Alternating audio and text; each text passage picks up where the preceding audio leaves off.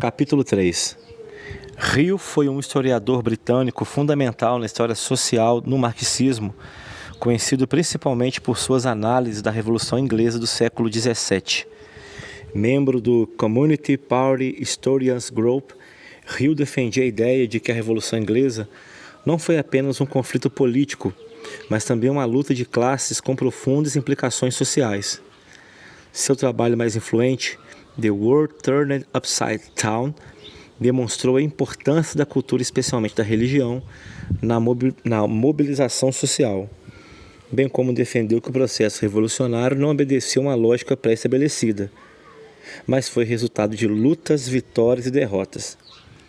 Hill procurava entender a história das classes subalternas e as tensões entre as elites e as massas, influenciando profundamente a historiografia marxista, ao mesmo tempo em que era crítico das interpretações mais ortodoxas, modelares e teleológicas do marxismo.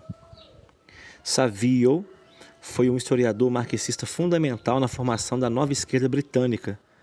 Sua obra destacou-se pela crítica ao determinismo econômico do marxismo ortodoxo e pela ênfase em uma história social que fosse capaz de compreender as dinâmicas das lutas de classes, além de integrar o contexto social e político das massas populares.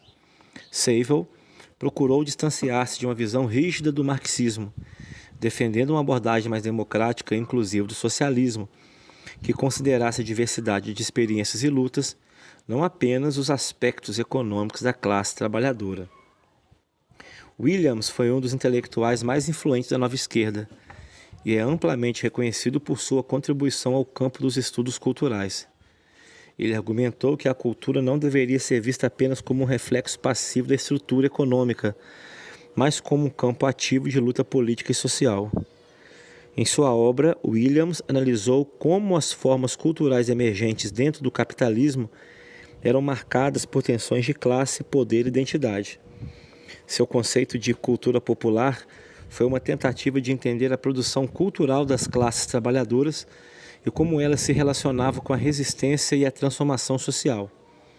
Williams também foi uma voz crítica do determinismo econômico e do autoritarismo tanto na esquerda quanto na direita, defendendo um socialismo que fosse sensível às questões culturais e identitárias, além de focar na organização política e social.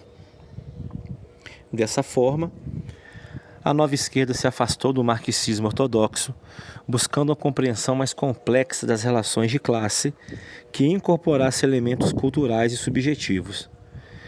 O movimento questionava a rigidez do modelo partidário de classes como a única chave para a transformação social, enfatizando que questões culturais e sociais também desempenham um papel importante.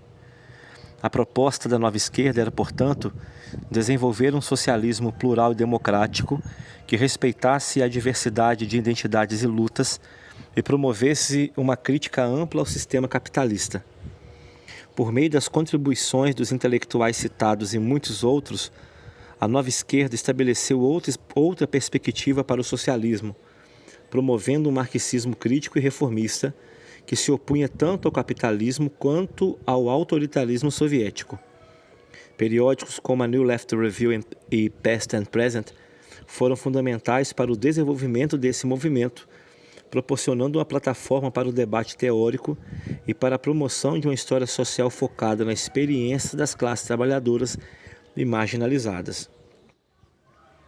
Eric Hobsbawm foi um dos historiadores mais influentes do século XX, cujas contribuições para o entendimento da história moderna e contemporânea revolucionaram o campo de estudos marxistas e transcenderam os limites acadêmicos.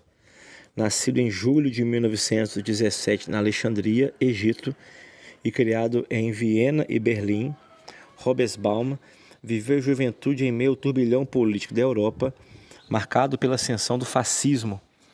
No ano de 1933, com a chegada de Hitler ao poder, Hobsbawm e sua família mudaram-se para Londres, onde ele concluiu seus estudos, formando-se em História pela Universidade de Cambridge, onde também obteve o título de doutorado.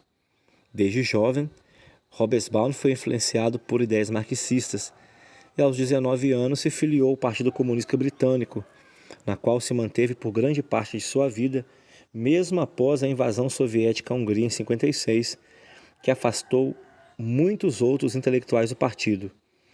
Ele também manteve laços estreitos com o Partido Comunista Italiano, compartilhando da linha do eurocomunismo defendida por Enrico Berlinguer.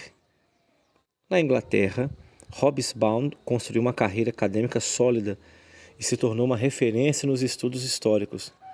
Ele lecionou em Birkbeck College, em Londres, onde foi professor de História e mais tarde presidente. Também foi professor visitante na New School for Social Research, em Nova York. Ao longo de sua carreira, Hobsbawm se dedicou a estudar a formação da sociedade moderna, a Revolução Industrial, o desenvolvimento do capitalismo e o socialismo. Ele foi um dos fundadores do já referido periódico acadêmico Past and Present, junto com Thompson e Hill, um canal para promover a história social, enfatizando a análise da vida das classes subalternas, a história vista de baixo. Entre as suas obras mais conhecidas estão a coleção Era das Revoluções, a Era do Capital, a Era dos Impérios e a Era dos Extremos, que juntos formam a síntese histórica abrangente da era moderna e contemporânea. Outros livros importantes incluem Mundo do Trabalho, que examina o desenvolvimento da classe operária e dos movimentos trabalhistas ao longo da história, e Nações e Nacionalismo desde 1780, que é uma análise profunda sobre o desenvolvimento das ideias nacionalistas. Na obra Invenção das Tradições, editado junto com Terence Ranger, Hobsbawm introduziu a noção de que muitas tradições tidas como ancestrais são, na verdade, construções modernas. Cada obra de Hobsbawm reflete uma análise marxista cuidadosa e embasada em uma vasta documentação histórica, combinando sua convicção política com uma abordagem rigorosa e detalhista da pesquisa histórica. A coleção Eras é considerada uma obra-prima de Hobsbawm e oferece uma análise histórica coerente e inovadora do período que ele chamou de longo século XIX e curto século XX. No primeiro volume, A Era das Revoluções, Hobsbawm explora as revoluções política e industrial que transformaram a Europa e deram origens a novas estruturas econômicas e sociais. A Revolução Francesa e a Revolução Industrial são centrais aqui, pois representam a ascensão de uma nova classe, a burguesia, e a reorganização da sociedade com base no trabalho assalariado e no capitalismo. Para Hobsbawm, esse foi o ponto de partida para a modernidade. No segundo volume, A Era do Capital, o autor examina o auge do capitalismo industrial e a expansão global dos mercados. Hobsbawm argumentou que o capitalismo se consolidou e estruturou as economias nacionais, criando desigualdades sociais e aumentando as tensões entre as classes. Embora fosse um período de prosperidade para a burguesia, também viu o surgimento do movimento operário e das ideias socialistas. Na obra A Era dos Impérios, Hobsbawm aborda o imperialismo como uma extensão das lógicas capitalistas, em que potências europeias buscavam novos mercados e matérias-primas nas colônias, aprofundando discussões da tradição marxista-leninista. Ele destaca a interdependência entre o desenvolvimento industrial e a expansão colonial, analisando como essa estrutura internacional contribuiu para os conflitos que culminaram na Primeira Guerra Mundial. No último volume, A Era dos Extremos, o autor analisa o que chamou de o curto século XX, período marcado por duas guerras mundiais, a Grande Depressão, a Guerra Fria, a ascensão e declínio do socialismo soviético. Ele reflete sobre a crise do capitalismo, os avanços e retrocessos do socialismo e os dilemas éticos do século XX, em uma abordagem crítica que denuncia os horrores do fascismo e do stalinismo, mas também questiona o individualismo exacerbado do neoliberalismo.